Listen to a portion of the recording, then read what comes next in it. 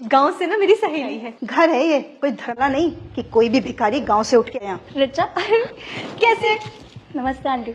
शादी पे क्यों नहीं आई? बहू, अपनी बिछड़ी सहेली से मिलना मिलाना हो गया हो तो जरा इसके पैरों पे भी निगाह डालो।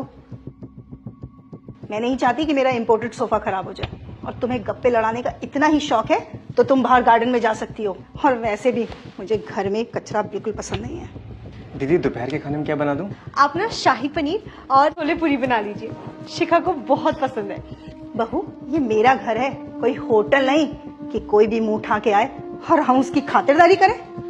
मम्मी जी, ये आप क्या कह रही हैं? तुम अपनी सहेली को इतना महंगा खाना खिलाओगी ना तो ये किसी ना किसी बहाने से यहाँ रोज आती रहेगी। और वैसे भी इन गरीबों को कहाँ आदत होती है महंगा खाना खाने की।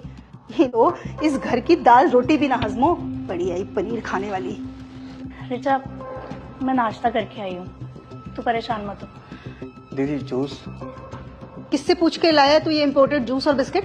ये गरीबों का नाश्ता ना 5-10 रुपए के पैकेट में हो जाता है। मम्मी जी, ये मेरी सहेली है, आप इस तरह से इसकी बेइज्जती नहीं कर सकती हैं। बहुत अच्छे से जानती हूँ मैं इन गरीबों को। इनकी अमीरों से दोस्ती ना किसी मतलब के लिए होती है।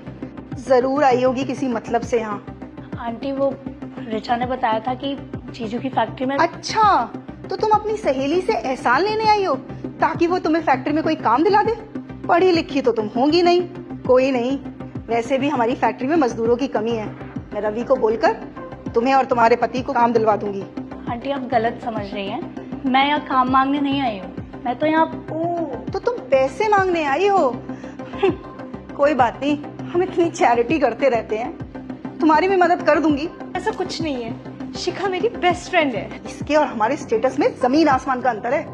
कहाँ ये गांव की गरीब और कहाँ तुम। बस मम्मी जी बस, बहुत सुन लिया हमने। कम से कम इस बात का लिहाज कर लिया होता है कि ये मेरी सहेली है। गांव से होने का मतलब ये नहीं है कि हर बंदा गरीब या गवार हो। शिखा इस शहर की फूड इंस्पेक्शन ऑफिसर है। पिछले हफ्ते मेरे पास खाने में मिलावट की कंप्लेंट आई थी। इत्तेफाक से उस फैक्ट्री के ओनर रिचा के हस्बैंड निकले। अब एक दोस्त होने के लिए मुझे लगा कि मैं खुद जाकर मामले की तफ्तीश करूं, इसलिए मैं इससे मिलने आई थी और इसे ये बताने कि अगर कोई गड़बड़ है भी तो वक्त रहते उसका सुधार कर ले। जब शिखा ने मुझे ये सारी बात बताई तो मैंने ही उसे हेल्प के लिए बुलाया था कि कैसे भी करके कुछ भी करके इस फैक्ट्री को वो बचा ले। लेकिन आपकी मेहमान नवाजी ने तो मेरी आंखें खोली। रिचा, तुमने मुझे पहले ही बात क्यों नहीं बताई? अरे बेटा, तुम खड़ी क्यों हो? बैठो ना। रामू, जरा मैडम के लिए जूस लेके आ। बस आंटी जी, अब इसकी कोई जरूरत नहीं है। आप लोगों को उनकी हैसियत से जज करती है। मैं भले ही गांव से हूँ, लेकिन अच्छे और बुरे की समझ है मुझे। जैसे आपने मुझे मेरी औकात दिखाई है ना, अब मैं आपको आपकी औकात दिखाऊंगी। चलो।